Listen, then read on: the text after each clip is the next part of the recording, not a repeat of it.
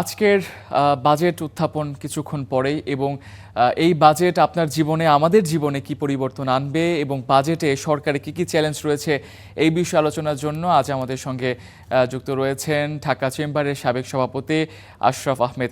স্বাগত আপনাকে। ধন্যবাদ। প্রথমেই যে প্রসঙ্গে আসতে চাই, এই যে ঘণ্টাখানেক পরে নতুন বাজেট প্রস্তাব করতে যাচ্ছেন অর্থমন্ত্রী, কেমন হতে পারে এবারের বাজেট, কি ধারণা করছেন আপনারা? এইবার প্রথমবারের মতো কিন্তু আসলে আমরা মোটামুটি কয়েক সপ্তাহ ধরে কিন্তু সব জায়গায় জেনে যাচ্ছি যে সরকারের বাজেট কীরকম হতে যাচ্ছে, কত লক্ষ্যমাত্রা কী হবে না হবে, এটা কিন্তু একটা নতুন বিষয়।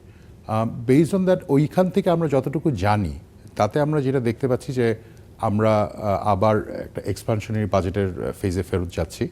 মানে গত বছর যেমন ধরেন আমাদের বহু দর্শকের মধ্যে আমার দেখা প্রথম কন্ট্রাকশনারি বাজেট, যেটা আসলে কমিয়ে আনা হয়েছিল, সেটার আসলে খুব বড় ধরনের কিছু ম্যাক্রো ইকোনমিক ফল আউট আছে।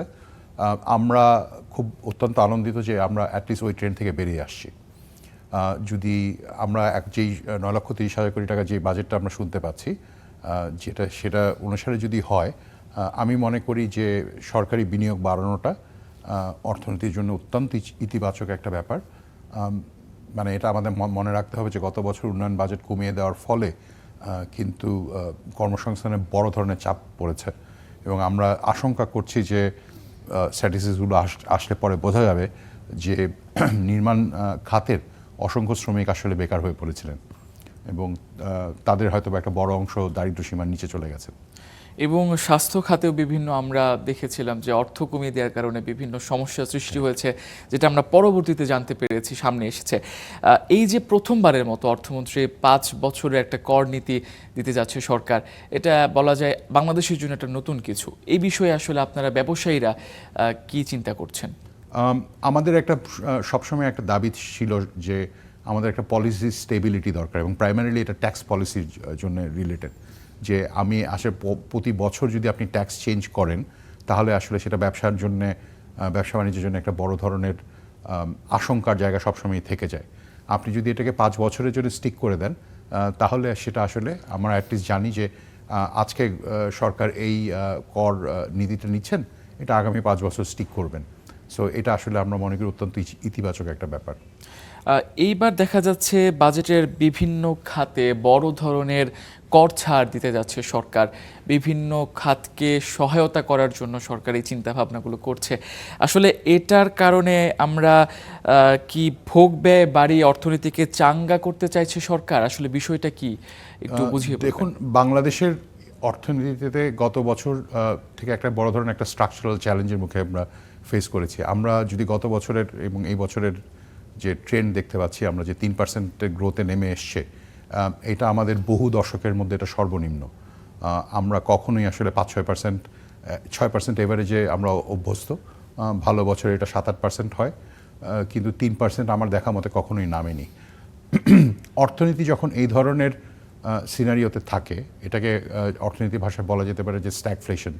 কারণ আপনার গতি মন্থর হয়ে আসছে, ইনফ্লেশন হাই থাকছে, কারণ ইনফ্লেশন গত বছর 8-9% লেভেলে ছিল এবং আশঙ্কাজনক ব্যাপার হচ্ছে যে তেলের দামের কারণে এটা হয়তো বা এই বছরেরও বেশি থাকবে। এবং সবচেয়ে খারাপ জিনিস যেটা হচ্ছে যে কর্মসংস্থান কমেছে, বেকারত্ব বেড়েছে, ফলে যারা গরিব ছিলেন তারা আরও গরিব হয়েছেন। এবার দেখা যাচ্ছে যে সরকার দেশীয় প্রতিষ্ঠান বা দেশীয় পণ্যকে প্রমোট করার জন্য তাদেরকে শুল্ক ছাড়ের আওতায় আনার চিন্তাভাবনা করছে। এই বিষয়টা ব্যবসায়ী হিসেবে কিভাবে দেখছেন? আমরা এটাকে অত্যন্ত ইতিবাচক হিসেবে দেখছি। কারণ দেখুন, আমি যেই অর্থনৈতিক সংকটের কথা বললাম এখন, এটার একটা প্রাইমারি কারণ হচ্ছে আমাদের সাপ্লাই সংকট। মানে হচ্ছে যে যেহেতু আমরা আমদানি করতে পারছি না, সরবরাহ করতে পারছি না, বাজারে একটা সরবরাহ ঘাটতি তৈরি হচ্ছে, এই জন্য দাম কমানো যাচ্ছে না। আপনি স্ট্রাকচারালি যদি আপনি শুল্ক হার কমিয়ে দিতে থাকেন, তখন সেই জিনিসটা ইমপ্রুভ করবে, সাপ্লাই বাড়বে, সাপ্লাই কস্ট কমবে, সেটার জন্য আমদানি বাড়বে। আমরা আশা করছি সেটা একটা অত্যন্ত ইতিবাচক প্রভাব পড়বে। বিনিয়োগ বাড়বে কিনা, এই ধরনের যে বিভিন্ন খাতে কর ছাড় দেওয়া হচ্ছে, এটা কি নতুন উদ্যোক্তাদের উৎসাহিত করবে কিনা বিনিয়োগের ক্ষেত্রে?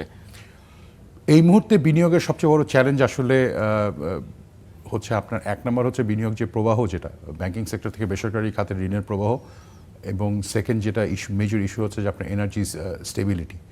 এই দুটো জিনিস যদি ঠিক করা যায় তাহলে বিনিয়োগ বাড়বে। শুধুমাত্র আপনার শুল্ক, যেটা আমদানি শুল্ক কমিয়ে বা বাড়িয়ে আসলে বিনিয়োগ বাড়ানো হয়তো বা যাবে না।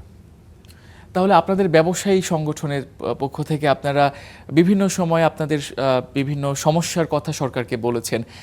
এবারেও নতুন সরকার আসার পর থেকেও বিভিন্ন সমস্যার কথা আপনারা জানিয়েছেন। আপনাদের প্রত্যাশা বা আপনাদের আশা এই বাজেটে পূরণ হবে কিনা কি মনে করছেন? এটা এখন দেখা যাক, কিন্তু আমাদের দেখুন যে সবচেয়ে বড় স্ট্রাকচারাল যে প্রবলেমগুলোর কথা বললাম আমরা, যে গভর্নমেন্টের investment policy, fiscal policy, monetary policy, এগুলোর বাইরে আমাদের জন্য একটা সবচেয়ে বড় চাওয়ার জায়গা ছিল যে কর দেওয়ার যে সিস্টেমটা সেটাকে র্যাশনালাইজ করা। কারণ আপনি যদি দেখেন আমাদের মানে করের হারের থেকেও আসলে বড় সমস্যা তৈরি হয়ে যায় যখন আমরা দেখি যে করটা যে দিব আমরা সেটা কত সহজে করা যাচ্ছে, সেটা কত কম বাধার মুখোমুখি হচ্ছি আমরা। সো এই ডিরেগুলেশনটা ইজ আমি মনে করি যে অত্যন্ত ক্রিটিক্যাল। আপনি যদি দেখেন যে ব্যবসায়ী সংগঠনগুলো গত বহু বছর ধরেই যেই জিনিসগুলোর উপরে জোর দিয়ে আসছে, তার মধ্যে একটা বড় জিনিস ছিল যে ট্যাক্স বেস বাড়ানো। আমরা যেটা আশা করছি যে সরকার হয়তো বা এই দিকে নজর দিবেন, এবং ট্যাক্স রেটের যে ব্যাপারটা, করের হার বাড়ানোর ব্যাপারে আসলে আমাদের ভিউটা হচ্ছে যে যদি আপনি না কমান তাহলে আমরা কিন্তু এক্সপোর্ট মার্কেটে আমাদের যে অন্যান্য যে কম্পিটিটর কান্ট্রিজ যারা আছে তাদের সাথে কম্পিট করতে পারবো না। সো এই দিক থেকে চিন্তা করলে যদি আপনি করের হার না কমান এবং যদি করের জাল না বাড়ান, তাহলে আসলে আমাদের যে রাজস্ব লক্ষ্যমাত্রা, যে বিকজ আমরা এখন জিডিপির মাত্র 6-7% লেভেলে ট্যাক্স আদায় করি, এটাকে যদি আসলে ইভেনচুয়ালি 15%-এ না নেওয়া যায় তাহলে কিন্তু আসলে আমাদের ইকোনমিক ট্রানজিশন সম্ভব হবে না। অর্থাৎ এনবিআরকে আরেকটু সহনশীলতায় চলে আসতে হবে মনে হচ্ছে, এবং কর ব্যবস্থাপনা আরেকটু যদি সুচারুভাবে হয় বা জনবান্ধবভাবে হয় তাহলে হয়তো বা সব কিছুরই একটা সমাধান চলে আসতো। মানে আমি যদি এইভাবে বলি যে এনবিআরকে লক্ষ্যমাত্রা যদি ঠিক করতে হয় তাহলে আপনাকে 2-3টে জিনিস করতেই হবে। যেমন 1 নাম্বার হচ্ছে আপনাকে কত মানুষকে আপনি করের ট্যাক্স বেসের ভিতরে নিয়ে আসতে পারছেন সেটাকে অনেক গুণ বাড়াতে হবে। সেকেন্ড জিনিসটা হচ্ছে সেটা আপনি যদি কর দেওয়ার প্রক্রিয়াটা যদি খুব সহজ করতে না পারেন তাহলে সেটা অ্যাচিভ করা যাবে না। এখন যেটা মেকানিজমটা এরকম যে আপনাকে এনবিআর এর কাছে গিয়ে ফিজিক্যালি গিয়ে জমা দিতে হবে, একটা অ্যাকচুয়াল ফিজিক্যাল ইন্টারাকশনের ব্যাপার আছে। এই জিনিসটা যদি আপনি রিমুভ করতে পারেন তাহলে কিন্তু একটা বড় ধরনের ইমপ্রুভমেন্ট হবে। আপনাকে অসংখ্য ধন্যবাদ আজকে সময় দেওয়ার জন্য। ধন্যবাদ।